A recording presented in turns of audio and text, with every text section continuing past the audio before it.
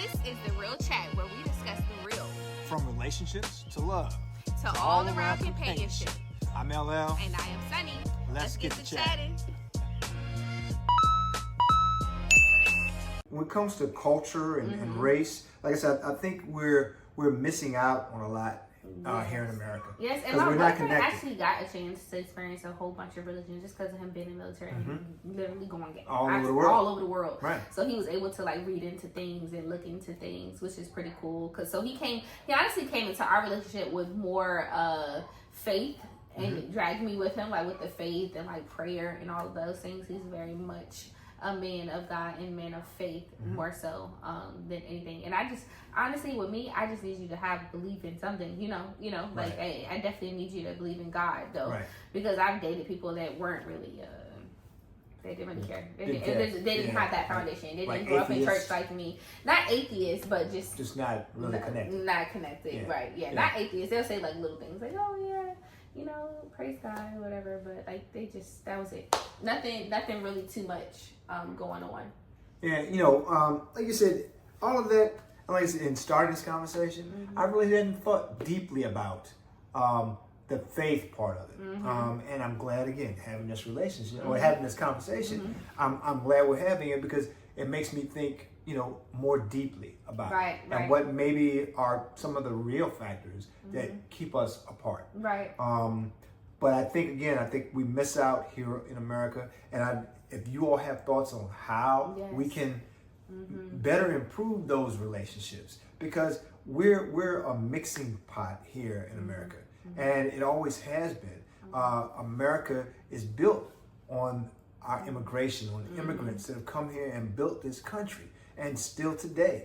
But we're even more of a mixing bowl. There's more opportunities for us to learn about each other. Like I said, growing up, I didn't have the opportunity to grow up, you know, exposed to Latin culture, to Mexican culture, exposed to other cultures outside of myself, because that really wasn't as prevalent here where I grew up. And here in Richmond, we actually have a lot of things as far as like conventions that happened. I know they had an Asian convention, they had like Indian conventions, and I try to honestly go to some of those. I've been to the Indian one and I've been to the Asian cultural convention. They'll have at the convention center. You go in, they have all types of foods from the Asian culture or the Indian culture, and then they'll have like artwork and just like cultural things that embodies their culture, and it gets you an insight of who they are and what they believe in and like their traditions, which is really, really cool. So I do try to engage in stuff like that when I can, or museums, things like that. I believe now, especially now,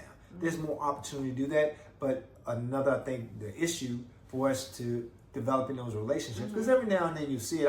I have some friends. I had one friend, he married a young lady. She's Middle Eastern. You know, she's really beautiful, right? And I'm sure that's what caught his eye from the jump. But once he met her, and once they started to connect, you know, I know that conversation came up because, you know, he shared that with me, that she was Middle Eastern descent, and I think he told me exactly what. I can't remember that now, but you know, she didn't really know anything about our culture, you know, as far as Black.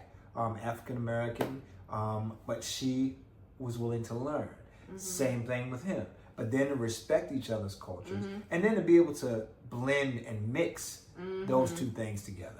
And I look at people that are able to do that, where they don't, like, she didn't keep herself away from his friends, his life, his faith. She would, you know, see him at church. You know, I don't know if that was her faith. But again, it was God. So she was open enough, and I'm sure he went when he could. Well, I don't know, as Muslim or I don't know if, you know, can we go into their places of worship? I don't know. And again, there are a lot of things that I still need to learn and want to learn, because I'm trying to really understand this. There, you know, who you love, I don't think should be based on just your faith or just your culture. If you're interested, because there's beauty everywhere, you know, you just see it, you know, and because people of, say, Latin culture, Mexican culture, Hispanic, you know, again, correct me if I'm wrong. I'm not trying to be disrespectful, but they look like us. We look like them. throughout my life, especially going through an airport. Right. You know, people come up to me, start speaking Spanish, and I'm like, no habla español, you know, because but then, you know, they those probably that, think you're Dominican or something. right, when they start talking, you know, because another thing in America, we don't teach our children like we start them in English as they start to, and in other countries, immediately they're giving them right away. When they teach them the main language of that country, they're also teaching them Spanish, French, you know, Arabic, whatever, Japanese. You know, there's so many people in other countries that speak 2, 3, 4 different languages and speak it fluently. You know, and everybody speaks English, right? And so why was, again, I know America, you know, dream America, but that's exactly what they would tell you. You know, that we should be also learning, and we don't. So we don't learn a lot of things that we're supposed to learn. Right. You know, so we're already, you know, crippled by that because we don't speak the language. We don't really. A lot of us don't have the respect for it to, you know, to try to figure it out.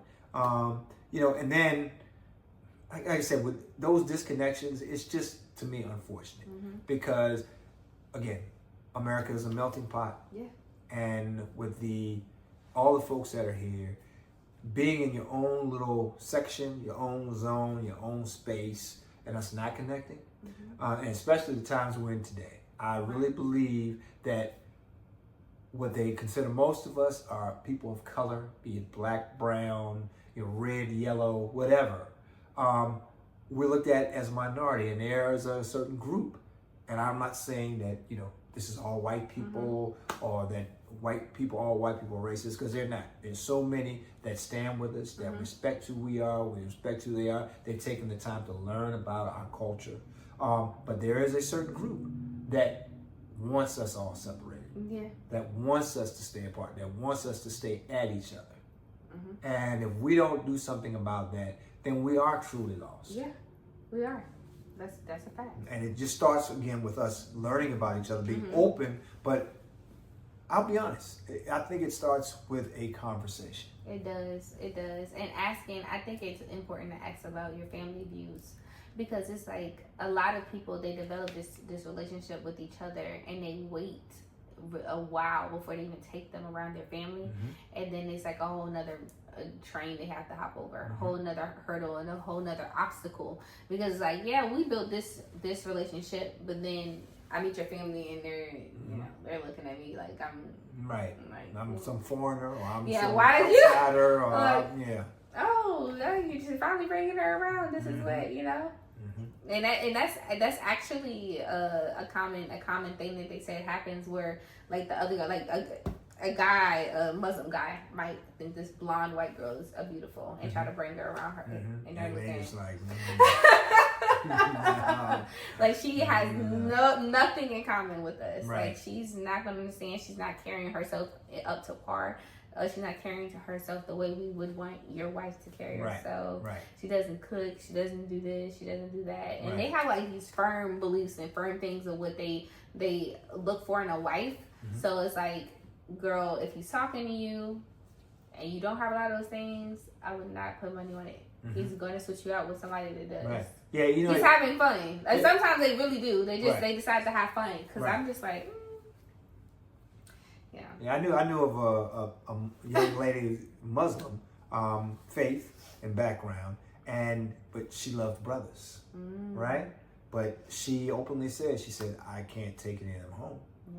There, I can, you know, if I decide to be with this man, I'm going to kind of be, you know, disassociated by my family. I'm gonna be out. I'm gonna be, you know, because I didn't stick to that faith, those values.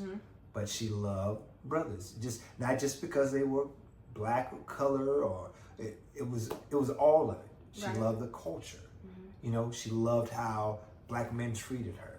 She loved the vibe of being with black men. You know, and I would listen to her and I'd be like, wow, this is, you know, this is really. But I said, I always just felt was unfortunate is that she couldn't invest in it. You know, so she couldn't. So you know, that's the conversation today. And hey, this is again a teaching moment for me, at least. So if there are those of you who have views to share. We We love would love to hearing. discuss this further. If you guys have any output, just give it to us. Please give it to us. But hey, thanks for hanging out with us today. Yeah, That and is this the is real chat. See you guys later. Peace.